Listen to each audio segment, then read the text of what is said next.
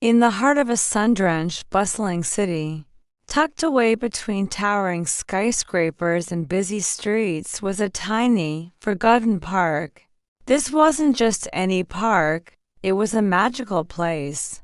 And at its center stood an old, wise willow tree. Beneath its drooping branches lived a little flower sprite named Poppy. Poppy was no bigger than a bumblebee, with petals for wings that shimmered with all the colors of a sunrise. Her hair was like fine golden pollen, and her eyes sparkled with curiosity. Poppy's job was a very important one.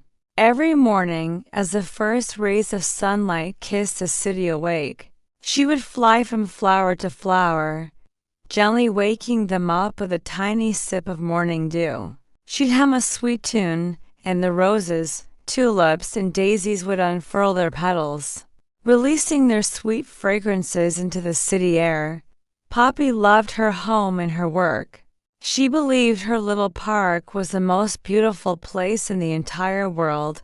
One sunny afternoon, as Poppy was resting on a particularly soft dandelion puff, a shadow fell over her. Looking up, she saw a little girl with big, sad eyes peering down.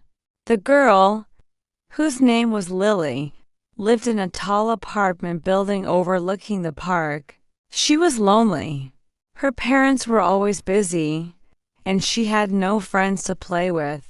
She would spend her days watching the children in the park below, wishing she could join them but feeling too shy. Seeing this sadness in Lily's eyes, Poppy felt a tug at her little sprite heart. She wanted to help. The next day, as Lily sat by her window, she saw something amazing.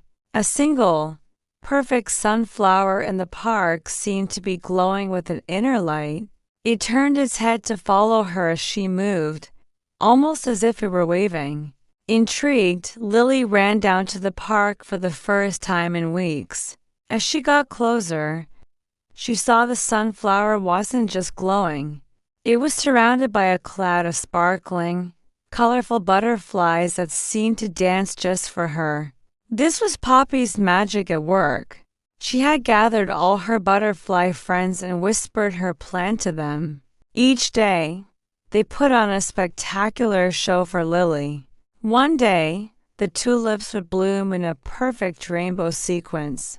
The next, the dandelions would release their seeds all at once, creating a snowstorm of fluffy wishes that danced in the wind. Lily was captivated.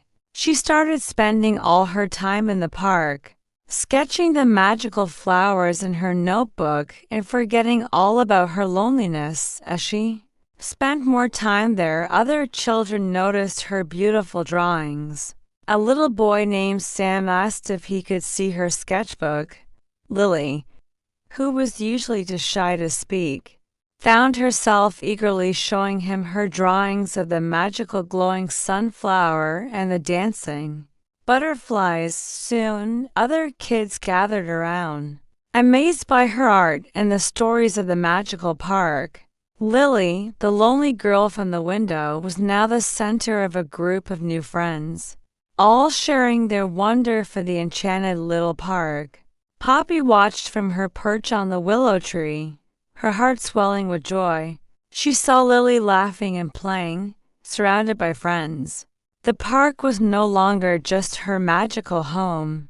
It had become a place of friendship and happiness for the children of the city. Poppy realized that the truest magic wasn't just in making flowers bloom, but in connecting hearts and helping a lonely soul find their own place to blossom. From that day on, the park became famous among the neighborhood kids. It was their secret, magical hideaway, and Lily, with her sketchbook full of wonders, was its official storyteller. She never saw the tiny sprite who had changed her life, but sometimes when the wind rustled through the leaves just right, she could almost hear a tiny sweet hum, and she'd smile knowing that the park held a special kind of magic, a magic of kindness that had helped her find her own wings.